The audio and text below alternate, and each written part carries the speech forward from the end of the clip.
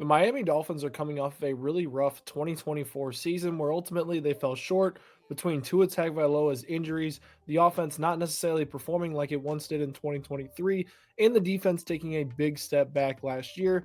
Things were supposed to change in 2025, but the opening season game against the Indianapolis Colts did not provide much hope for the Miami Dolphins outlook in 2025 as Daniel Jones and company absolutely destroyed them throughout the entire game with Daniel Jones scoring on every drive. He was the team's starter.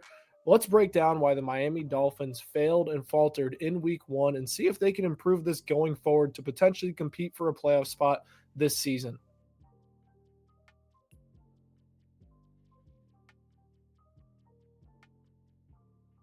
What's going on, everybody? My name is Blitz Lincoln. Today we are talking about the Miami Dolphins and if they should be long-term concerned about their performances there in week one and whether or not this team potentially can make the playoffs like they did in 2023.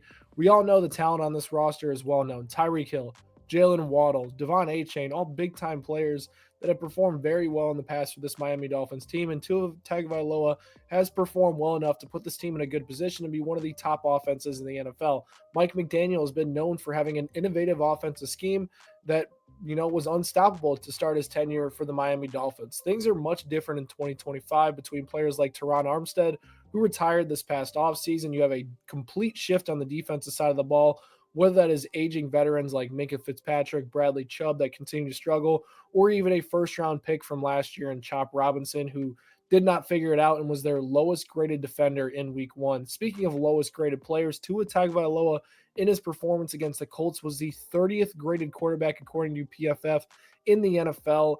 Not necessarily a great way to start the season. And this Dolphins team needed a win against a Colts team that, had Daniel Jones entering as a first-year starter for them.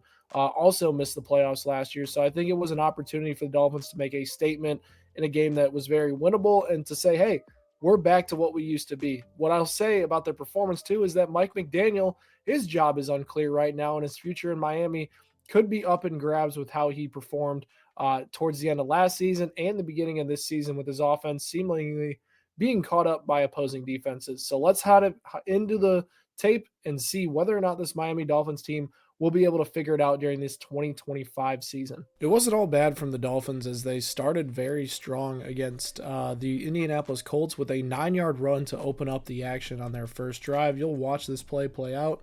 And this looks like the old school 2023 Dolphins, a zone type concept where they get really good vertical blocking and horizontal blocking at the same time. And it opens up a gaping hole for Devon A-Chain to work through. And this is exactly why they were so successful in 2023 is they were able to run the ball and have holes like this in front of their offense. That wasn't the case against the Colts this weekend. Things the Miami Dolphins basically is their bread and butter is they love running their fast receivers over the middle of the field between 10 to 15 yards in that intermediate opening, and it's very timing based within this offense. You're going to see the Colts run a cover 3 right here where you're having 3 deep defenders. The linebackers are going to be responsible for this area, and then you're going to have some flat defenders right there, right? Obviously, the Dolphins are going to have an underneath option. They're going to have another underneath option here, and they're going to try to clear this opening, right, to have another option in the middle of the field to try to get their bread and butter working. Only 5 plays into the season. This is what we get from Tua is an overthrown ball just like that, and the Colts are able to capitalize for a big-time interception. You take a look right about here.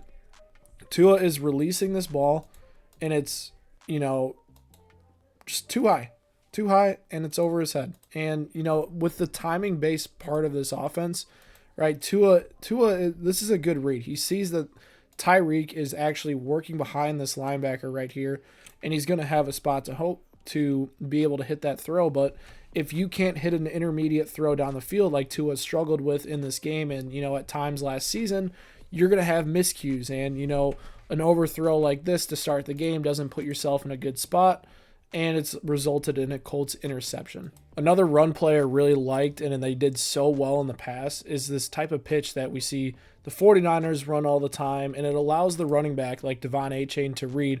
Obviously, their right tackle right here gets absolutely cooked on the outside, which is not a great way to start it, but Devon A-Chain's vision right here is so strong that he sees the cutback lane, and he is able to take advantage of this And that's why I like it. It allows the athletes to play in space, and that's a good way to start a drive as a play like this. Then the very next play, things fall apart for the Miami Dolphins. The Colts send a corner blitz off the edge, and he's basically unblocked to go right at Tua, and Tua flails and fumbles the ball. Sorry, I'm not trying to laugh, but flails and kind of fumbles this ball right here, and it kind of goes to show you, right, Tua's processing ability as a quarterback, right? He is not able to understand that a cornerback is coming right off of here. Potentially, he doesn't read it fast enough from this position.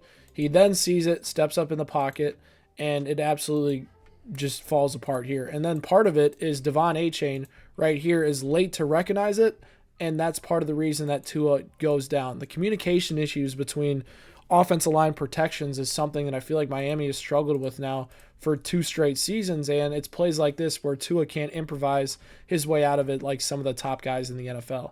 An adjustment we've seen a lot of defenses make is that when they see motion potentially to a play side, the Dolphins love to throw to that play side. So what defenses have countered with is a blitzing player, just like we saw on that last play.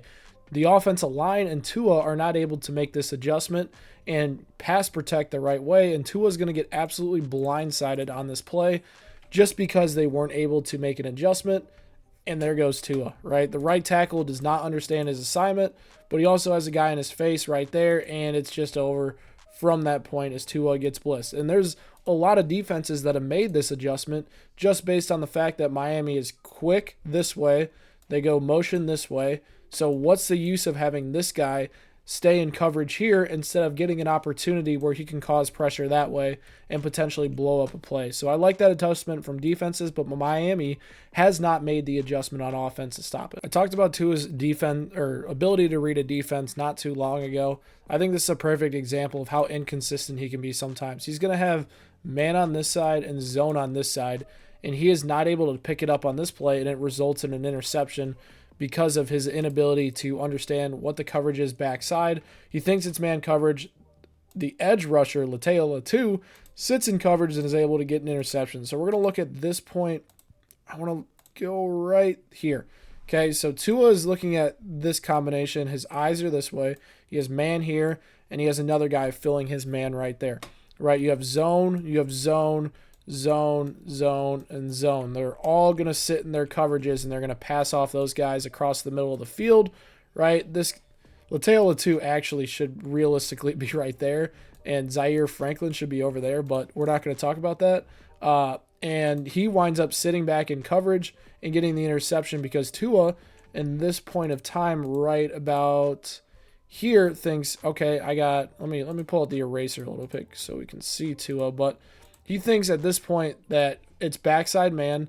This guy has beaten the coverage across the field, and he's like, okay, I got a guy. Nope, there's just somebody else waiting in his zone right there to go pick you off. I keep highlighting the good of the running games, and this is exactly why. This completely opens things up and makes everything easier for pass blocking, for Tua reading defenses and everything when you can make a play like this with Devon Achane just getting out in space and having to have a defense respect that type of speed, horizontally. I mean, this is where they can be so good, is this way, this way, this way, this way, this way, this way, this outside zone type scheme, and having a running back like Devon Achane just be fast, quick with his cuts, and being able to make a play like this. This is what forces a defense to have to adjust to the run and the pass in the middle of the field. The intermediate in-breaking routes that require rhythm open up for the Miami Dolphins that just haven't been there in quite some time. And the final play from the offense is they pull out a 4th down call right here. Mike McDaniel's going to go in his bag. He's down 30. Surely they're going to pass the ball down the field, get some air yards behind this. Nope, we're going to get a halfback swing with a lean blocker, basically a design screen here. We're going to rely on Devon Achane to break 2, 3, 4 tackles to go get in the end zone.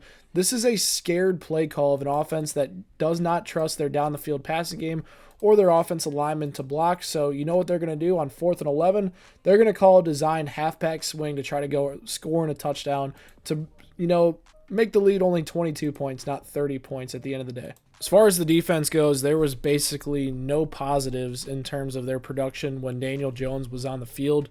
Last week, we saw them absolutely tear them apart, but I want to talk about the ground game to start, and it's won and lost in the trenches, and you're going to watch these guys get absolutely bullied here and create a massive hole for Jonathan Taylor to work through. And no, this is not like a second and long type situation where you get a lighter box type like that, but this is first down and 10, and all you're going to get is an inside zone split concept with both these guys doubling up to potentially carry up to the second level. You have this guy coming here, you have a split with the tight end, and Jonathan Taylor, all he is supposed to do is supposed to read where he's supposed to go. Now, based on the blocking of this scheme, right, there's a few different holes that Jonathan Taylor could actually attack here.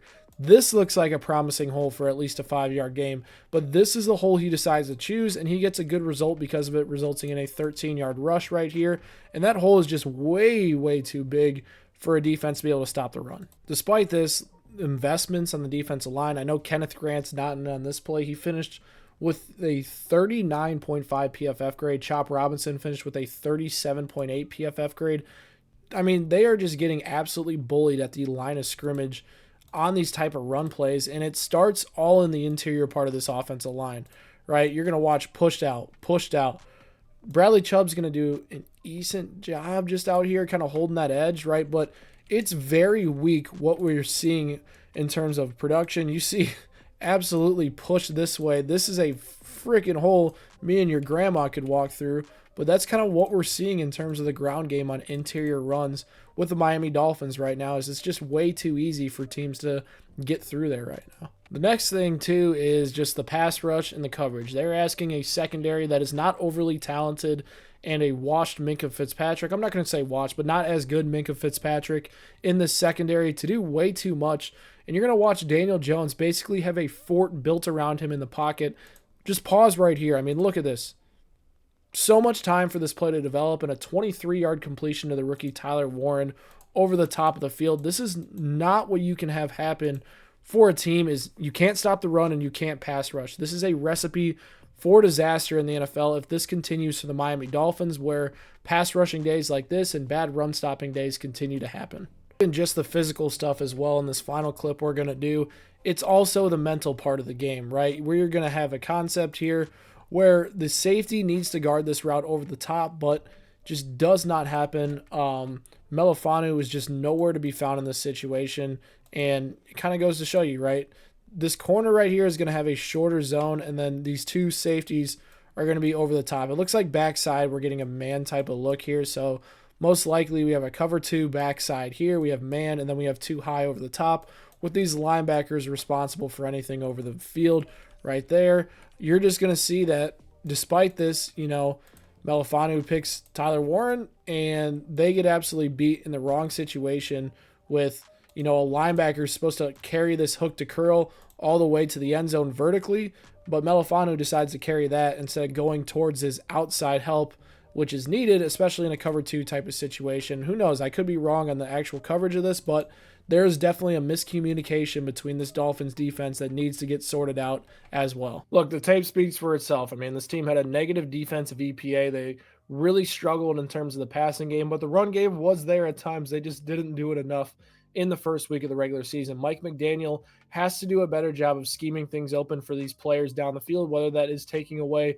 some of what works well for this team, which is the deep in breaking in routes and the quick slant routes and getting the ball out of Tua's hands. They need to find a way to be more creative and get guys separation against these zone coverages that Miami continues to face on a weekly basis, and it's completely shifted the way that this Miami Dolphins offense is operated. Devon Achane has to play a big role in getting this team back to glory, and also I think Ollie Gordon could be a player that rotates in with Devon Achane, and they really establish a ground first type mentality, which is going to open everything up in the passing game. And we saw in 2023, this ground game was unbelievable. You had Raheem Mostert score 20 touchdowns in this exact scheme. Devon Achane was his backup and still was really good behind him. That's what allowed this offense to flow, is that the running game was working. Getting that running game working and it being the priority of the offense is a key to this. I think Tyreek Hill is not the same player he once was, but can still be a top receiver on a team as long as, it's not necessarily through Tyreek Hill only. Jalen Waddle needs to get more involved, and it's not like his numbers of separation have significantly decreased compared to his production in his prime years 2-3 years ago. So those two players need to be significantly more involved. On the defensive side of the ball, I think it's less clear to me how this team goes forward. They have a lot of veterans that aren't necessarily in their primes. They have young guys that haven't broken out yet.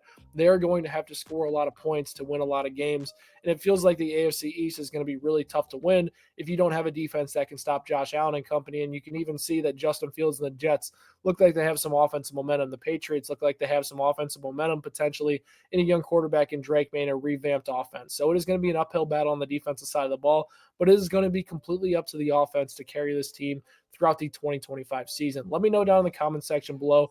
Will this be Mike McDaniel's last year as the Miami Dolphins head coach, or will they figure it out and potentially earn themselves a playoff berth during the 2025 season? Hit that subscribe button for more Blitz Sports Media content, and I will catch you guys next time.